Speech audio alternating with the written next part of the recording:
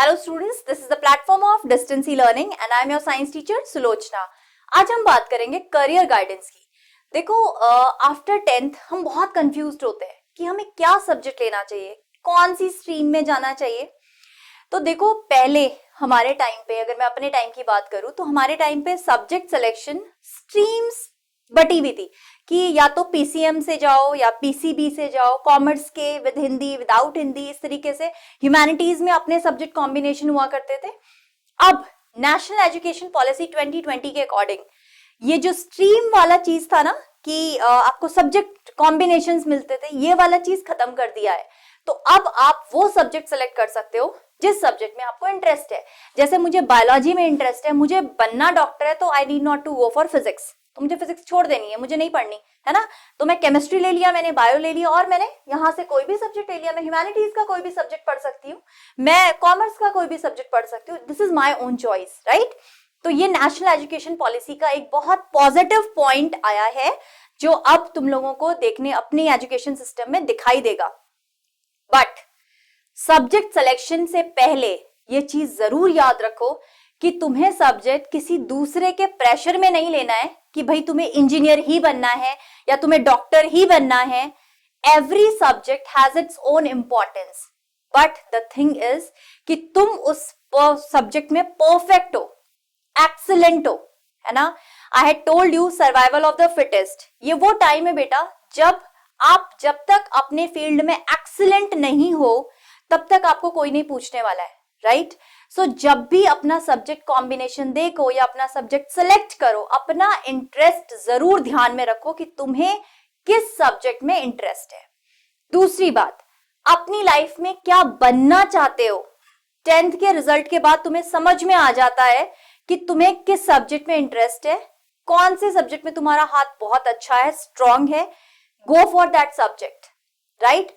अब मैं तुम्हें वो बताऊंगी कि 12th के बाद अगर तुम्हारा सब्जेक्ट कॉम्बिनेशन किस तरीके से है, तुम ह्यूमैनिटीज में हो तो तुम क्या क्या कर सकते हो, तुम कॉमर्स फील्ड में हो तो तुम क्या क्या कर सकते हो, अगर तुमने साइंस बैकग्राउंड में आ गए हो तो क्या क्या फील्ड तुम्हारे लिए खुलते हैं।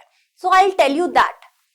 उसके अकॉर्डिंग तुम जब 10th में सब्जेक्ट सेलेक्ट करोगे 11th के लिए तो तुम्हें समझ में आएगा कि हम बनना क्या चाहते हैं, उसके लिए क्या सब्जेक्ट चाहिए और मेरा इंटरेस्ट इन सब्जेक्ट में कितना है, ठीक है। So it will help you out. अगर मैं बात करूं ह्यूमैनिटीज की, सो ह्यूमैनिटीज अगर तुमने सब्जेक्ट लिया है, you can become teacher, you can go for administration jobs जैसे IAS, IPS, PCS, राइट। सो बन सकते हो, but it requires a hard work, ठीक है। और हार्ड वर्क हमेशा आपको अच्छा ही फ्रूट देता है। So you can become then economist बन सकते हो। इकोनॉमिस्ट एक ऐसा पर्सन है जिसको इकोनॉमिक्स की पूरी बोलो गहराई पता है कि हाँ तुम्हारा जो इंडियन इकोनॉमी वो कैसे फ्लक्चुएट कर रही है, या तुम बोलो कि उनको शेयर मार्केट की बहुत अच्छी नॉलेज होती है जो इकोनॉमिक्स वाले बच्चे होते हैं, राइट। सो इकोनॉमिस्ट बन सकते हैं आप। You can become social worker by taking sociology as your subject. You can become content writer. Content writer एक ऐसा पर्सन है जो बहुत क्रिएटिव है। Now I am giving just an example. जैसे सोचो कि तुम कंटेंट राइटिंग करते हो एक एडवर्टाइजमेंट एजेंसी में। सो तुमने देखा होगा कि हर एडवर्टाइजमेंट दूसरे एडवर्टाइजमेंट से बिल्कुल अलग होता है, right. So that is also content writing, जो एक से बिल्कुल डिफरेंट, दूसरा बिल्कुल डिफरेंट होगा, right. So that is also content writing. Subject content writing भी होती है। जैसे मैं अगर साइंस की हूं तो मैं अपने सब्जेक्ट में भी कंटेंट राइटिंग कर सकती हूँ, right. I had given you just an example here, right. So अगर तुम ह्यूमैनिटीज के बच्चे हो, you can go for content writing also advertisement industry में। और तुम मास कॉम कर सकते हो, राइट। तुमने देखा होगा जो न्यूज रीडर्स होते हैं, है ना, तुम्हारी अगर रीडिंग बहुत अच्छी है तुम न्यूज रीडर बन सकते हो, है ना। You can become reporter, you can go for mass comm and you can become reporters. Then come for commerce. अगर मेरा इंटरेस्ट कॉमर्स में है, मुझे फाइनेंस पढ़ना अच्छा लगता है, मुझे अकाउंट्स पढ़ने अच्छे लग रहे हैं, right. So I will go for commerce, right. अगर मैंने कॉमर्स सब्जेक्ट लिया, I can become CA, chartered accountant. CA बनने के लिए आफ्टर 12th एक एग्जाम होता है ICAI का, ये क्लियर करना होता है। अगर ये एग्जाम आपने क्लियर कर दिया तो फिर आप CA बन गए। Then financial analyst and advisor, I can become this. I can go for banking, है ना, अगर मुझे गवर्नमेंट जॉब्स की तरफ इंटरेस्ट है या प्राइवेट भी है अब तो बैंक्स, सो मुझे बैंकिंग में मजा आ रहा है तो I can go for banking also. Then event manager बन सकते हो आप, इन्वेस्टमेंट बैंकिंग एनालिस्ट बन सकते हैं हम, कंपनी सेक्रेटरी बन सकते हो, दैट इज सीएस. सीएस के लिए भी एग्जाम क्लियर करना होता है 12th के बाद. 12th के बाद एग्जाम होता है ICSI का, अगर आपने ये एग्जाम क्लियर कर दिया तो you become CS, right. Then human resource, HR जिसको बोलते हैं, MBA करके you can become HR. MBA different fields में होता है, let me tell you. MBA सिर्फ HR में नहीं होता है, फाइनेंस में भी होता है और फील्ड्स भी हैं इसकी, so you can go for MBA. Then tax auditor बन सकते हो एंड कंसल्टेंट, सेल टैक्स में जा सकते हो. So these are the different. इसके सिवा भी बहुत सारी फील्ड्स खुल जाती है कॉमर्स के बच्चों के लिए, राइट. अगर आप साइंस फील्ड से हो, डिपेंड करता है साइंस में तुम कौन से ग्रुप से हो, मैथ ग्रुप के हो या बायो ग्रुप के हो. अगर हम मैथ ग्रुप के हैं, अब आजकल मोस्टली क्या होता है, we all want to become engineer, सबको इंजीनियर बनना है ना. बट मैथ लेके आपके पास और भी बहुत ऑप्शंस होते हैं, इंजीनियरिंग को छोड़ के भी बहुत ऑप्शन है. अब इंजीनियरिंग में भी बहुत सारे फील्ड्स हैं, इंजीनियर भी एक ही तरीके का नहीं होता, इंजीनियर भी अलग अलग तरीके के होते हैं. अगर मुझे कंप्यूटर इंजीनियर बनना है तो मेरे पास कंप्यूटर सब्जेक्ट होना चाहिए, right. Then I can go for computer engineering.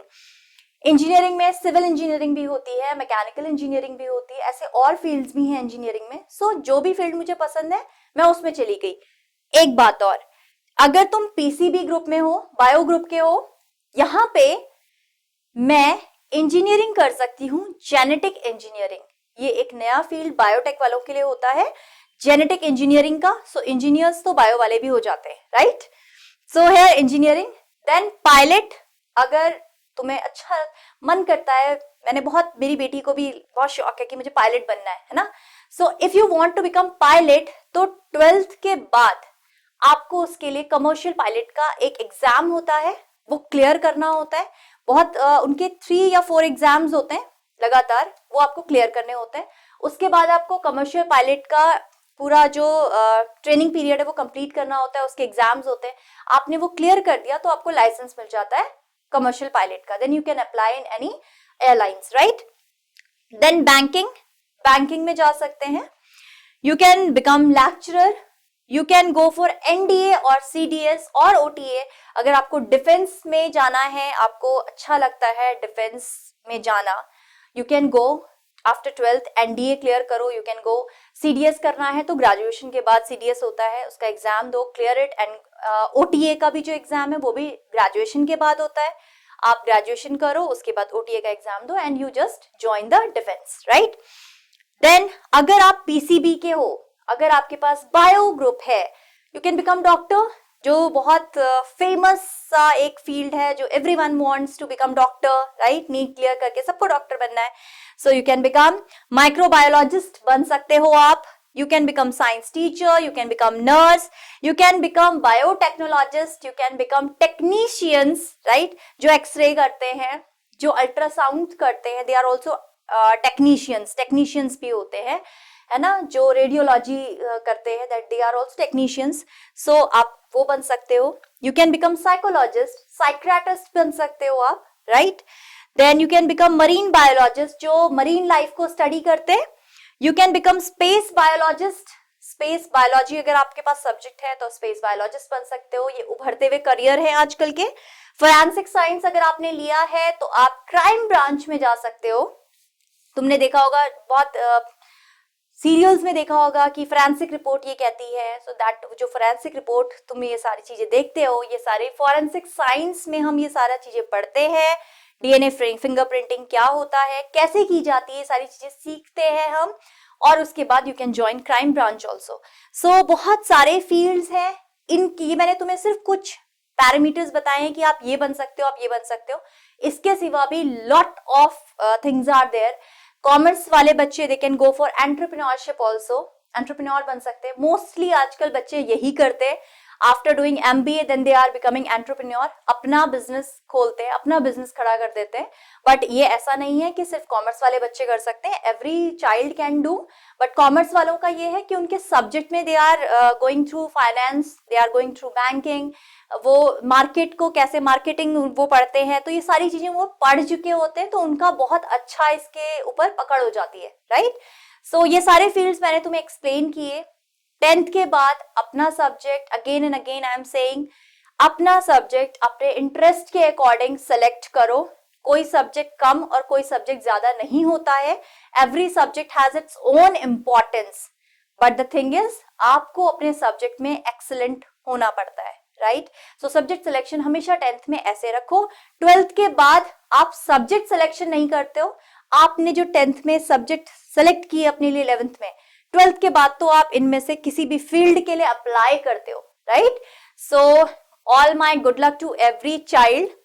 Thank you. Please do like, comment and subscribe our channel and stay connected for more interesting updates and upcoming videos. Thank you.